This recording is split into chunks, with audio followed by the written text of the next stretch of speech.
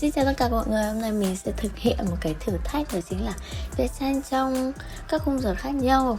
Và mình sẽ chọn ra 4 mốc thời gian, đó chính là 1 giây, 1 phút, 10 phút và 10 giờ thì sẽ như thế nào nhá. Xe nó.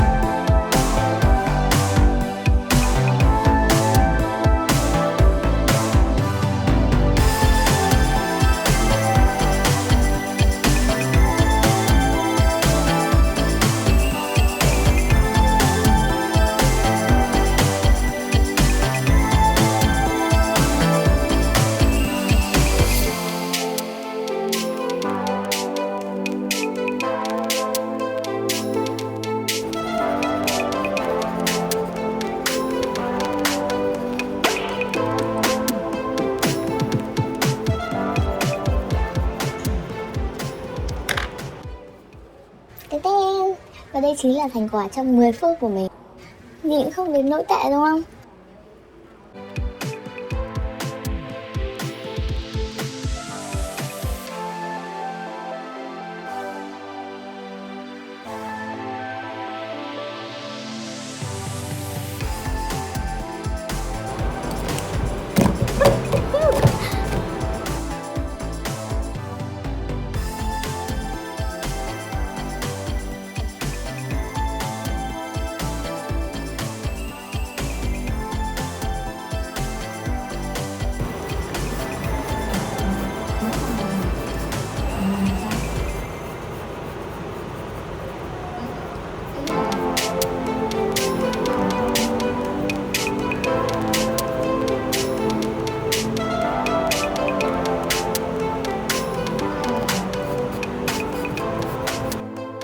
Ơi, trong 1 phút mà phải vẽ góc như vậy thì có mắt, có mũi, có môi, không nhận ra là vẽ ai cả, tóc tai thì bù xù. Trời ơi.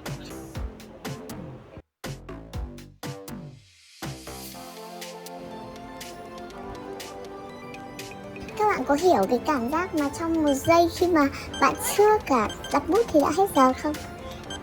Và đấy, trông quá đẹp luôn. Bức này là bức mà mình cảm thấy là mình vẽ giống nhất. Wow.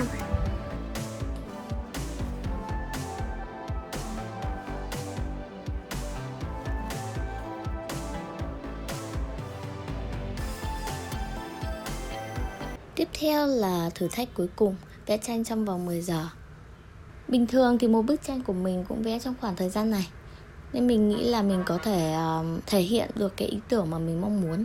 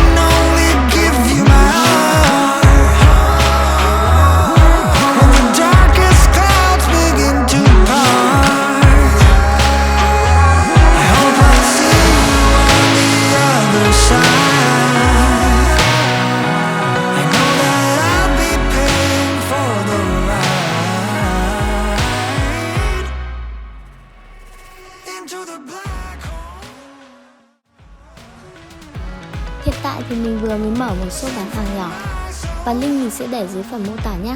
Mọi người hãy ủng hộ mình bằng cách like, share, đăng ký. Cảm ơn mọi người rất nhiều.